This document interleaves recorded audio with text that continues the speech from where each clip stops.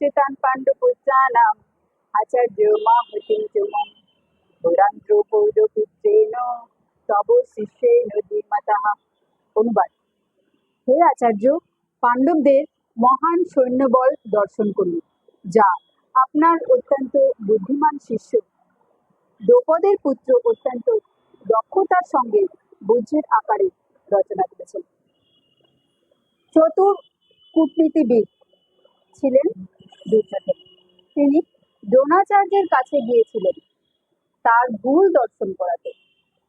কি না, দ্রুপদের পুত্র দৃষ্টদ্যুম্ন সৈন্যসজ্জা রচনা করেছেন। তিনি অর্থাৎ দৃষ্টদ্যুম্নের গুরুদেব ছিলেন দ্রোণাচার্য, যিনি পূর্বে দ্রুপদ রাজের সঙ্গে তার কিছু মনোমালিন্য ছিল। সেই মনোমালিন্যের ফলে তিনি যজ্ঞের দ্বারা এমন এক পুত্রের সৃষ্টি করেছিলেন যে দ্রোণাচার্যের মৃত্যুর কারণ হবে।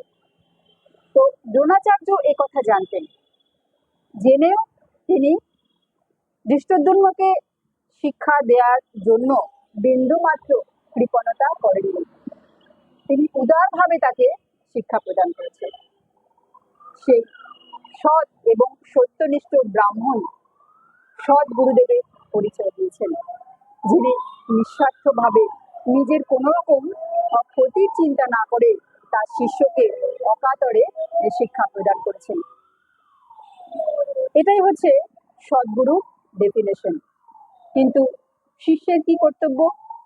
শিষ্যের কর্তব্য তার গুরুদেবের কাছে গিয়ে শরণাগত হওয়া, স্যারেন্ডার হওয়া, নিজেকে বিলিয়ে দেওয়া, যেমনি অর্জুন দিয়েছিলেন শ্রীকৃষ্ণের কাছে।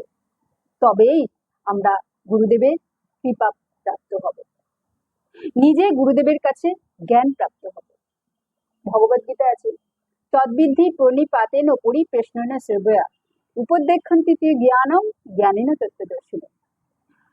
অকৃত্রিম সেবার দ্বারা গুরুদেবকে সন্তুষ্ট করো এবং বিনম্র চিত্তে প্রশ্ন জিজ্ঞাসা করো, তাহলেই গুরুদেবের যে তত্ত্ব জ্ঞান দেবেন সেটা আমাদের এখানে হৃদয়ে প্রবেশ করবে। কিন্তু দুর্যোধন গুরুদেবের কাছে শরণাগত হবার পরিবর্তে তার থেকে সেই যুদ্ধের সময় জ্ঞান নেবার পরিবর্তে তার গুরুদেবকেই জ্ঞান দিতে গিয়েছিলেন। গুরুদেবের ভুল ত্রুটিগুলো ধরিয়ে দিতে গিয়েছিলেন, যে তিনি কিভাবে, তার প্রিয় শিষ্য ছিল অর্জুন, তিনি শরীরের দিক থেকে কৌরবদের পক্ষে থাকলেও তিনি মনের দিক থেকে ছিলেন অর্জুনের পক্ষে। তাই কোনো রকম ভুল, কোনো রকম নমনীয়তা যেন এই যুদ্ধে তিনি পাণ্ডবদের পক্ষে না দেখান। এই ছিল তার শিষ্য অর্থাৎ দুর্যোধনের দৃষ্টতা। তিনি তার গুরুদেবের ভুল ধরাতে চেয়েছিলেন, যার ফলে কোনো রকম কৃপা তার প্রাপ্ত হয়নি।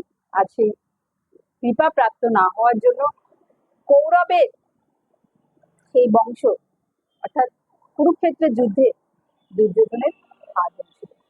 অর্থাৎ সাধু গুরু বৈষ্ণবদের কাছে আমাদের যাওয়া উচিত জ্ঞান গ্রহণ করার জন্য, আর তার জন্য চাই হাম্বেলনেস, দৈন্যতা। শ্রীগুরু করুণা সিন্ধু অধম জনার বন্ধু। গুরুদেব করুণার সিন্ধু সাধুগুরু বৈষ্ণব, কিন্তু তারা কার বন্ধু?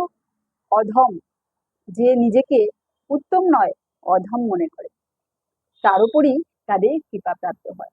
আর তা না হলে অপরাধ হয়ে যায় আমাদের অহংকারের জন্য, আর সেই অপরাধের ফলে আমাদের জীবনে পতন নিশ্চিত হয়ে যায়। হরে কৃষ্ণ।